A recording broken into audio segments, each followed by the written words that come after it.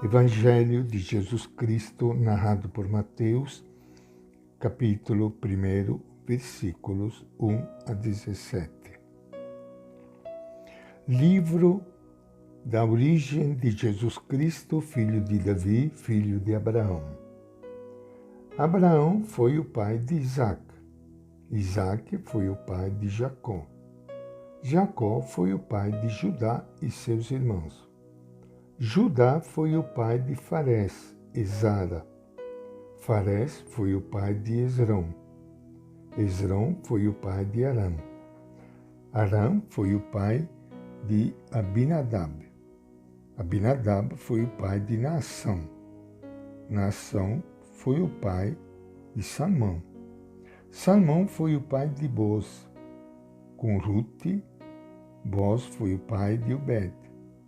Obed foi o pai de Jessé. Jessé foi o pai do rei Davi. Davi, com a mulher de Urias, foi o pai de Salomão. Salomão foi o pai de Roboão. Roboão foi o pai de Abias. Abias foi o pai de Asa. Asa foi o pai de Josafá. Josafá foi o pai de Jorão. Jorão foi o pai de Uzias. Uzias foi o pai de Joatão. Joatão foi o pai de Acás. Acás foi o pai de Ezequias. Ezequias foi o pai de Manassés. Manassés foi o pai de Amon. Amon foi o pai de Josias. Josias foi o pai de Jeconias e seus irmãos, no tempo do exílio da Babilônia. Depois do exílio na Babilônia, Jeconias foi o pai de Salatiel. Salatiel foi o pai de Zorobabel. Zorobabel foi o pai de Abiúde. Abiúde foi o pai de Eliacim. Eliacim foi o pai de Azor. Azor foi o pai de Sadoc. Sadoc foi o pai de Aquim. Aquim foi o pai de Eliúde. Eliúde foi o pai de Eleazar. Eleazar foi o pai de Matã. Matã foi o pai de Jacó. Jacó foi o pai de José, o esposo de Maria, da qual nasceu Jesus, que é chamado Cristo. Portanto, o total de gerações de Abraão a Davi são 14. De Davi até o exílio na Babilônia, 14 gerações.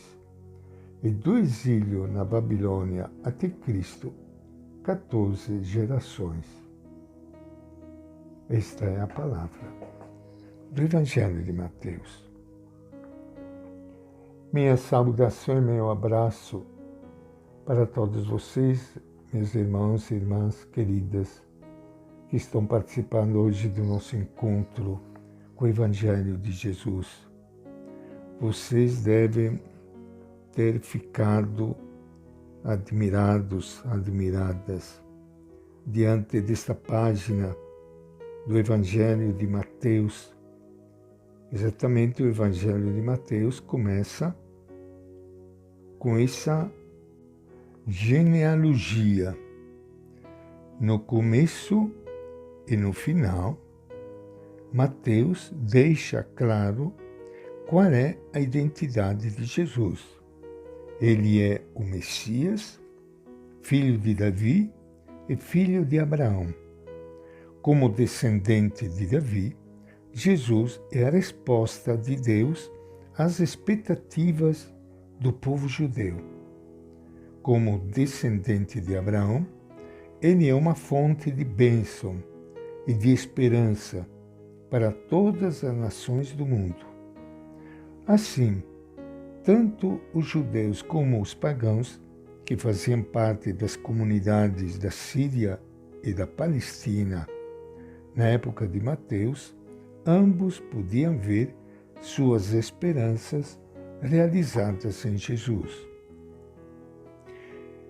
E isso é muito importante, porque a partir disso, nós ficamos confirmados que Jesus não é nenhum personagem fictício inventado para compor uma narrativa.